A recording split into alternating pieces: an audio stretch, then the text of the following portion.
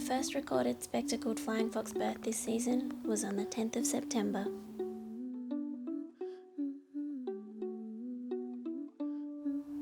These amazing but sadly endangered creatures move across many camps in the wet tropical areas of northeast Queensland, and right now you can witness heavily pregnant females, early morning births, and mums teaching their pups how to survive in their new world.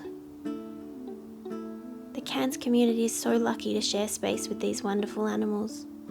Unfortunately though, through a series of harmful actions stretching almost a decade, local government has demonstrated a value of infinite development at the expense of our precious wildlife and environment. The inadequate systems of protection for endangered species at a state and federal level have allowed the Cairns Regional Council to remove almost all roost trees from the city area, leaving only 4 heritage listed trees at the City Library site standing. And in May, approval was given to the council to disperse and permanently relocate the spectacled flying foxes from this nationally significant camp.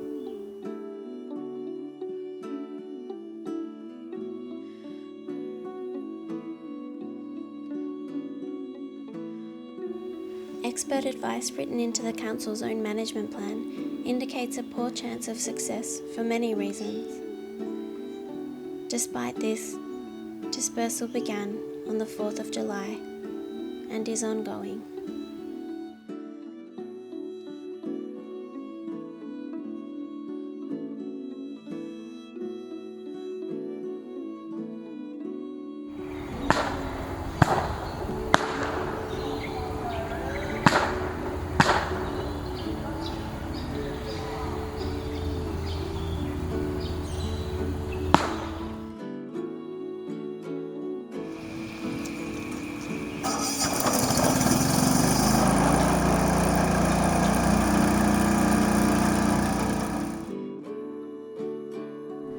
LRAC 2, 1 short burst, please.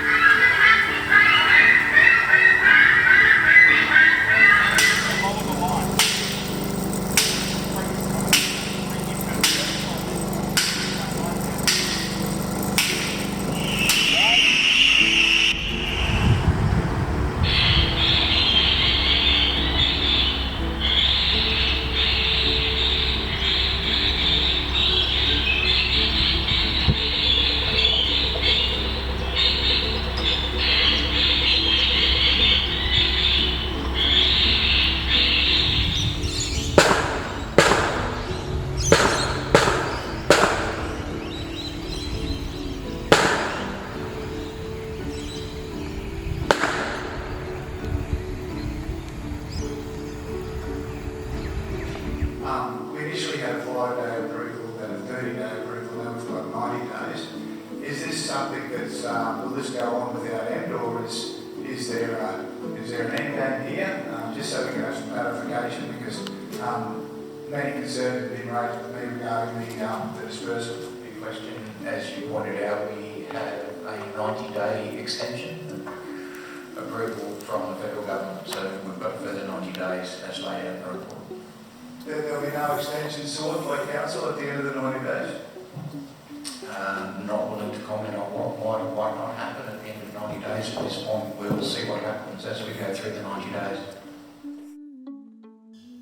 At the time of making this short film, we had passed 95 days of continual dispersal. Thanks to the passion of many, we have been able to keep vigil over this camp and have documented many flying foxes settling at night and returning from foraging in the morning. As we enter further into the birthing season, we observe more females carrying pups overhead and witness their persistent efforts to land and rest in these familiar branches. Since day 91, we've been witnessing mums abandoning very young pups, some for up to an hour. Thankfully, so far they have all returned, but this is not normal behaviour.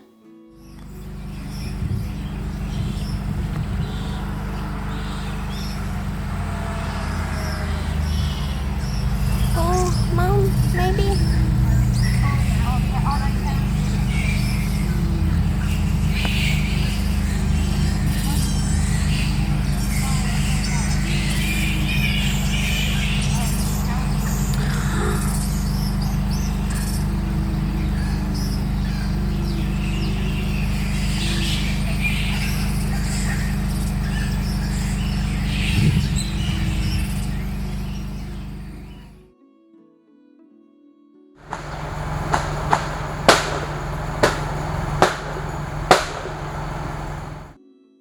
The Mayor says while he understands the conservationist stance, he won't let the bat colony stand in the way of progression in our region.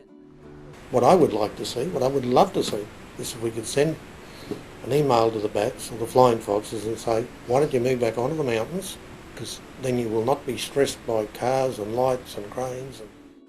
There's nothing about trying to say to the world, hey, look at us, we're the Great Barrier Reef, we're the wet tropics. We're green, we know how to value our environment. The more we can project ourselves that way, the more people overseas, as the tourism industry starts to move again, the more people overseas will say, that's the place I want to go to.